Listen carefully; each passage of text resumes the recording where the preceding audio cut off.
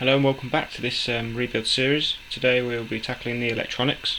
There's a lot to do, so it might be put into two parts or just one big episode, I'm not really sure yet. So sit back and enjoy. So first we'll start off with the motor. Originally I was using these little connectors here to put onto the tabs of the motor, but being as this is going to be a waterproof RC, I've got to solder these wires onto the tabs. Okay, here we go. A few tips when soldering: make sure you put the heat shrink on the wire before you solder it to the motor. You don't want to have to desolder and then resolder it just to put the heat shrink on. And be very careful of the fumes that come off of this solder. It's got lead in it, so it is poisonous. Make sure the area is clean, relatively, and just heat it up with the soldering iron. Place solder onto there. Just so the solder ready on there when you attach the wires to it, like that. And then we should also put solder on the wires. Just heat it up, apply the solder.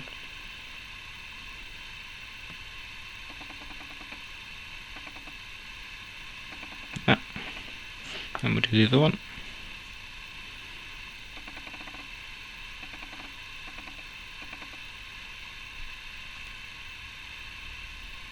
Just so that we're not having wires and contacts touching when we're soldering, it makes it a lot more difficult. It's best just to melt the solder into each other when applying it to the motor. There you go, almost done. Let's add a bit more to that.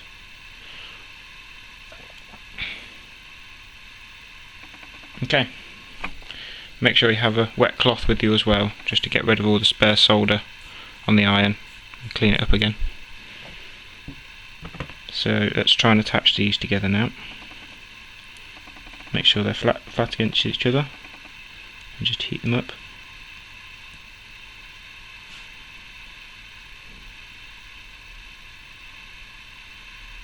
Melt, come on. I'm actually soldering these together because with the connectors I was driving through some bark chippings and it actually disconnected one of the wires, and it took me quite a while to figure out what actually happened. This is not going well.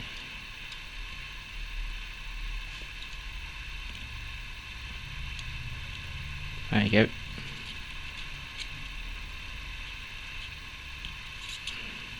There you go, that's one. Melt it. Apply the wire.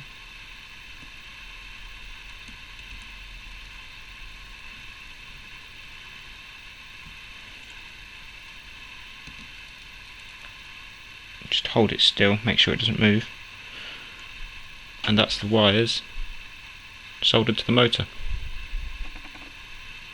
So clean the solder again, soldering iron again, make sure that's nice and clean.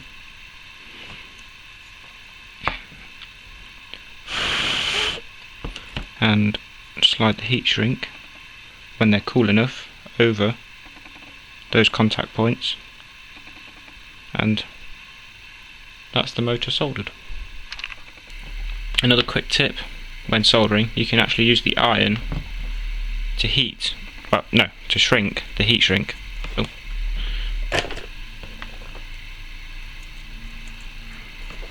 A lot of people use lighters, but I'm not so keen on using lighters to do this. So just run the soldering iron over the heat shrink and it'll shrink down.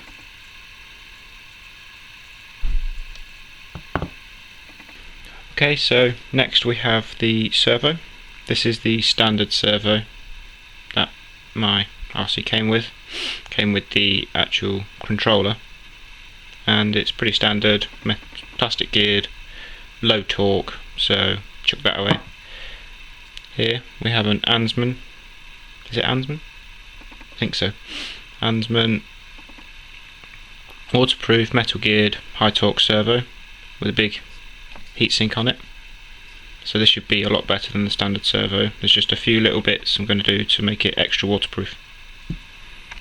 I have opened up the servo and I'm going to put some marine grease in that top bit there, so that when water is trying to get in, it's repelled away and out of the servo and doesn't go into all these metal gears and down into the electronics at the bottom. So let's do that. So just put a generous amount in there. I'm not worried about it mixing with the other grease that's in here. Like that. And that should just repel the water out of the servo, making it a bit more waterproof. So that's all the stuff that on the inside of the servo that I'm going to do. I'm just going to put a bit more grease around the top of the servo, just there, so that when the servo arm is screwed to there, it creates a seal, so no water can get in.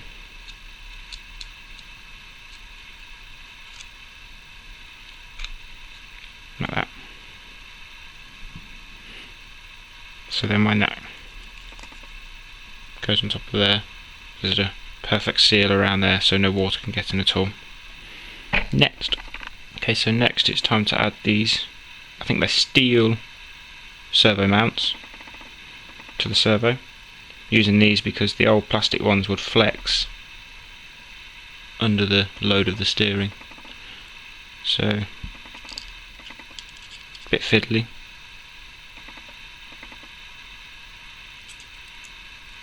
But these are definitely a better upgrade than the normal plastic ones. I'll put a link in the description to the place where I got them from eBay. I should put them in the description box, just so if you want them you can go have a look. Like that. I'm not going to mount it in there yet, I've still got to do one more waterproofing method. Okay, the last step in waterproofing this servo is using this product. It's Plastidip. It absolutely stinks, but it does create a plastic coating that I'm going to use at the bottom of the servo where the wires go in and where the screws go in, just so there's no water getting the electronics and risk of breaking the servo. So I'm just going to dunk this in, allow it to dry, dunk it again, and that should be a waterproof servo. Okay, so here we go, just going to dunk it in. Just enough to cover the bottom layer. I don't want to cover too much of the heatsink, otherwise it won't be doing its job properly. Make sure that's fully dunked.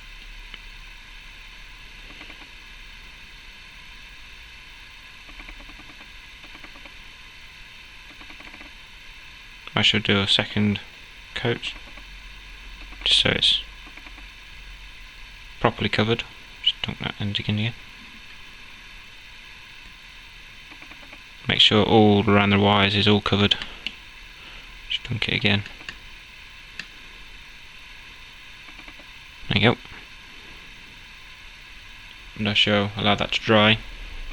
It does become mouldable when the outer layer is dry. So yeah, I should dunk it again when it's dry, and that will be the servo complete. Okay, so while the servo Plastidip combination is drying, I'm going to clean the motor by dunking it in water and spinning it up for just a couple of seconds, just to get rid of all the dirt and the grime and all that stuff from it. So I've hooked all this up. I'm just going to dunk it in and gently spin it. This should work. Yep, there we go.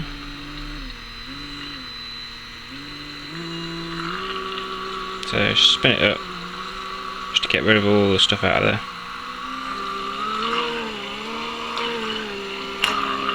This motor's been running for quite a while, so there's going to be a lot of stuff in there, grit, sand, dirt and gravel and stuff. So spin that up.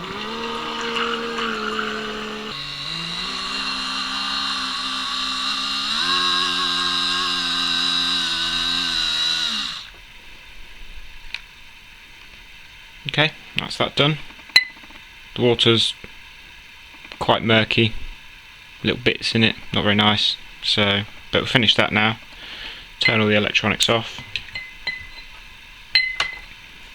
and just give it dry, and that's the motor clean. So it's ready to be mounted in the car now. And brush motors are waterproof, hence why I'm using a brush motor, not a brushless one. And it's all nice and clean, ready to go in. So it's now time to mount the motor back into the wheel control car. It's back. This is a bit fiddly because there's a spacer plate that's meant to go on, so the pinion is mounted up to the rear gears, and it's a bit awkward to get it on.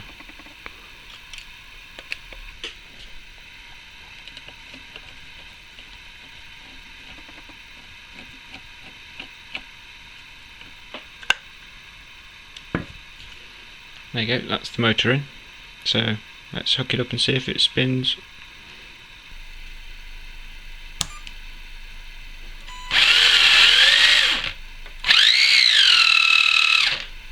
Yes, it does. Okay, now the motor's in, we need to cover up the inspection hole here. And usually you use this cover, but as you can see there's still holes where dirt and grime can get into this rear diff and make it all gritty and horrible. So off eBay again I found this. It's a cover, covers all the little holes. It was a homemade, it's made out of aluminium.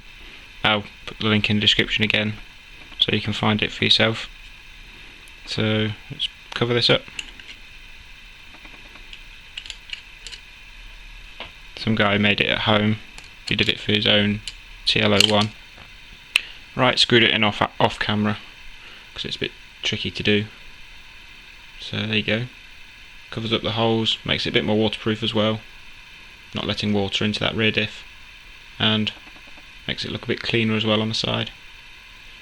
So next up is mounting the servo. Right, it's time for a second dunking, just to make sure that everywhere is covered by the plaster dip. So just dunk it in. It does shrink down after, it's not so bulky. And it's already, the first layer is already dry, and I've moulded it around the wires and the various areas. So right, let that dry and then it'll be ready to go. Right, I'm going to attach the steering links now. I'm not going to attach it to the servo just yet. I'll wait till all the servos zeroed out and all sorted out with the receiver. So I'm just going to attach these for now and make sure the alignment's correct, just so we're not veering off course.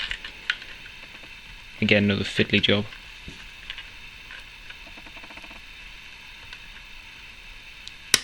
That's one.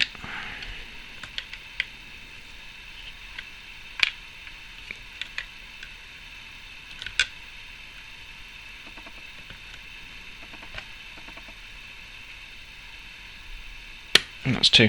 So now the steering is linked, and it looks pretty good. Yeah, that's lined up perfectly. Final bit for this video, mounting the servo. The plaster dip's all dry, surrounded the wire and the screws, so it's ready to go in.